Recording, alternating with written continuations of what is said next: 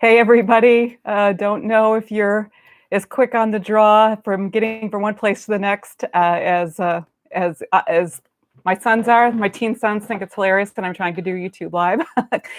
Thanks so much for hopping over, if you're hopping over from the virtual JaneCon video.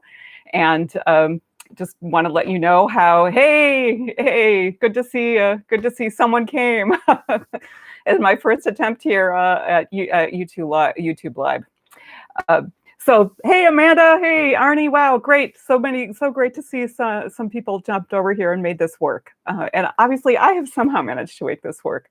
But some of you I know are just coming over from having watched the virtual JaneCon video on Jane Austen, Jane Porter, and King George IV. And I thought it might just be fun for a few minutes to talk live before Amanda Pral's presentation at 1 p.m., which I'm sure all of you want to head over to.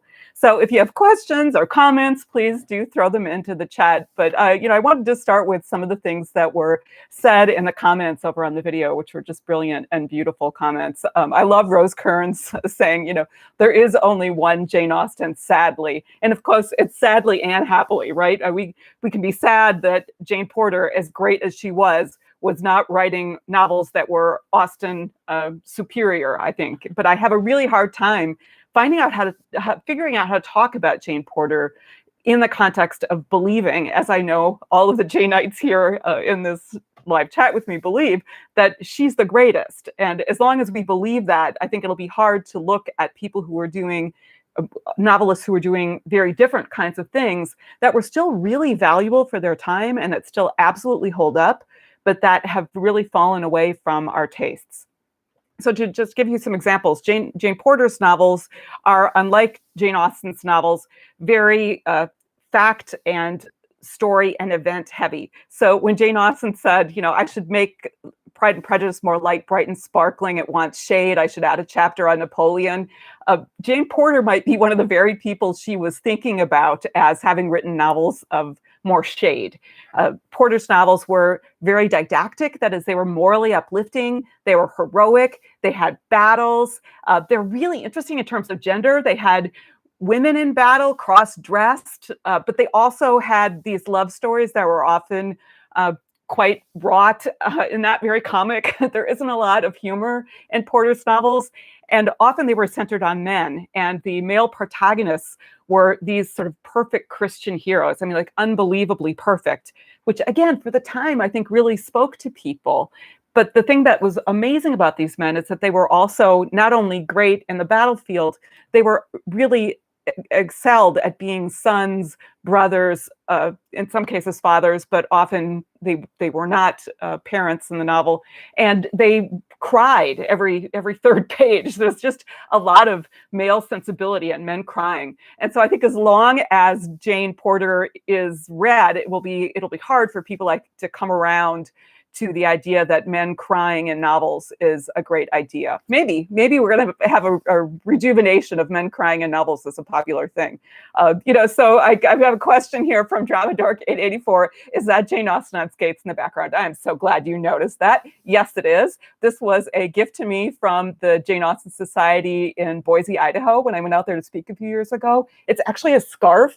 They had an artist there who does custom-made scarves. Scarves make that for me. I just can't bring myself to wear it, but I did put it in a frame so that I can look at it all the time. And it's Jane Austen on roller skates, because one of the things that I do in addition to writing on Jane Austen is I skate roller derby. I just was at roller derby practice last night, as a matter of fact, masked and being as careful as we can. But so I skate under the name Stone Cold Jane Austen, and so people who know the Janeite world, some might know that about me, and that's why the scarf with Jane Austen on roller skates is just actually absolutely perfect.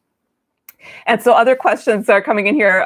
Arnie Perlstein is asking me, have I met Paula Byrne in person in Arizona? Yes, I have. We have an incredible collection of Jane Austen-tastic people here now in Phoenix. Paula and I, of course, haven't seen much of each other in the past pandemic year, but I really hope that we'll have more opportunities to do so soon. She's fabulous. And you might have seen her new biography just came out, and she's done readings from it that I think are now on BBC Radio. So you could absolutely check out more of Paula's stuff.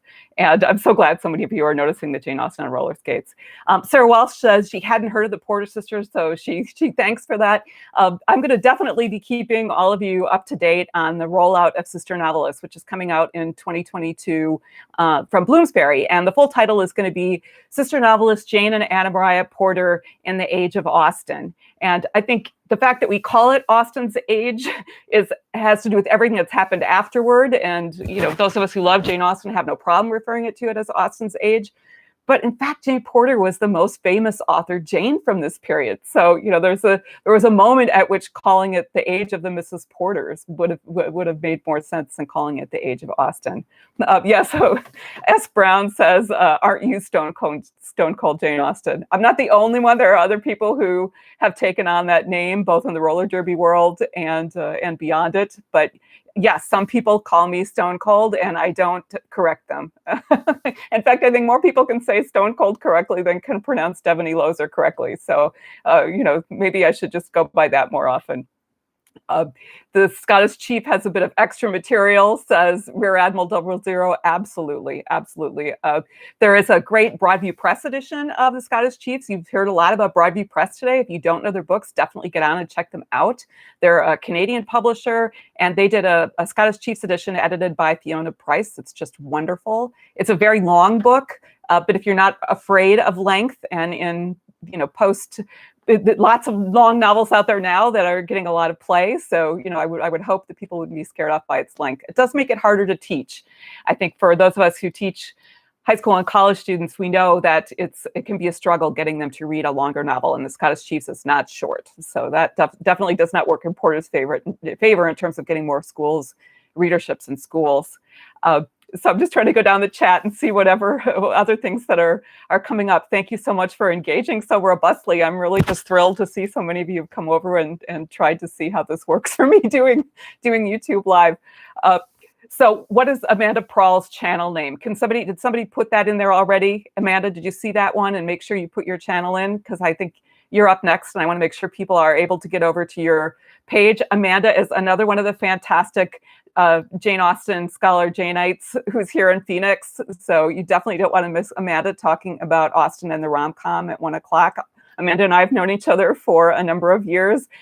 She was a while ago my undergraduate student, and it's just been amazing to watch all of the work she's doing in the world unfurl and unfold. You might have followed her work on Pop Sugar. You should definitely follow her on Twitter. Amanda is one to watch. She teaches me a lot. You'll see that she's a heck of a lot better on YouTube Live than I am. So somebody asked me, Arnie Perlstein says, when did Robert Kerr Porter become friends with Charles Austen? It was in the 1820s when they were both in the West Indies, is the answer to that. And I'll definitely be talking more about that in Sister Novelists. And another by at Prop asks, did the Porter sisters have a Bronte's vibe in terms of writing and supporting each other, creating together? Yes. Some of their books, they ended up publishing their tales together. And they absolutely wrote, copied over, like, transcribed each other's works. They were just very, very involved in each other's writing lives. I think their story is so beautiful. And I just gave you sort of a glimpse of their later lives, but their early lives are fantastic. And what I would say, they're heartbreaking and just really moving to watch as these published authors who published under their own names tried to make their way in a literary marketplace and tried to hustle, as I called it, because they needed the money. At the same time that they were trying to negotiate romantic relationships with men, both of them fell in love with men and found how difficult it was for a public woman, an intellectual woman, a published woman writer, to have romantic relationships with men who were afraid of women who had public success. And had the Porters made a lot more money from their books, maybe some man would have emerged. They would have fallen in love with somebody who could get over that. But their romantic relationships, while incredibly moving, are often end quite tragically. And I look forward to telling those stories, because I think they just show us a whole lot about what we've assumed about Jane Austen and the ways that the things we've assumed we can re-see or reimagine through the Porters. So, Virtual Jane Con, that must be Bianca Hernandez, who I need to give out a big, big thank you to. She is a Janeite, Jane Austen and fandom community virtuoso and visionary, and this day is thanks to her, Bianca Hernandez Knight, and I know Frank Knight had a lot to do with this too. Thank you everybody so much for tuning in to the video, for following. If you haven't subscribed to my channel, I think this is the part where I ask you to do that. And if you haven't checked out my newsletter, which I'm now doing on Substack, I think I ask you to do that, and all the things I'm supposed to ask you to. But really, I'm grateful to have a moment just to say thank you. This has been such a pleasure to be a part of, and I'm so grateful that Bianca is working to make meaningful change and contributions in the Janeite world, and to all of you who are participating in ways that do that and move us forward. It just makes me especially happy to be a part of this day. Okay, so do we have the link over to send everybody over to Amanda? Did that go into the chat to send everybody over to Amanda Pral? So please, if somebody doesn't have that, oh wow, I should totally have that. So if you haven't found that, I know that it's over on the book hoarding page, and I'll throw that one in, but everybody's got that one right now, right? But I want to let you go so that you can get over to Amanda. Thanks again for coming, and I look forward to answering more of your questions about sister novelists and about Jane Austen in the coming weeks and months. Thanks again. Hit me up with a question on Twitter. I will try to answer it if it didn't get answered here. Thanks everybody. I'm going to end the stream so we can make it over to see Amanda. Thanks for coming. Thanks for talking. This has been such a blast. Bye-bye.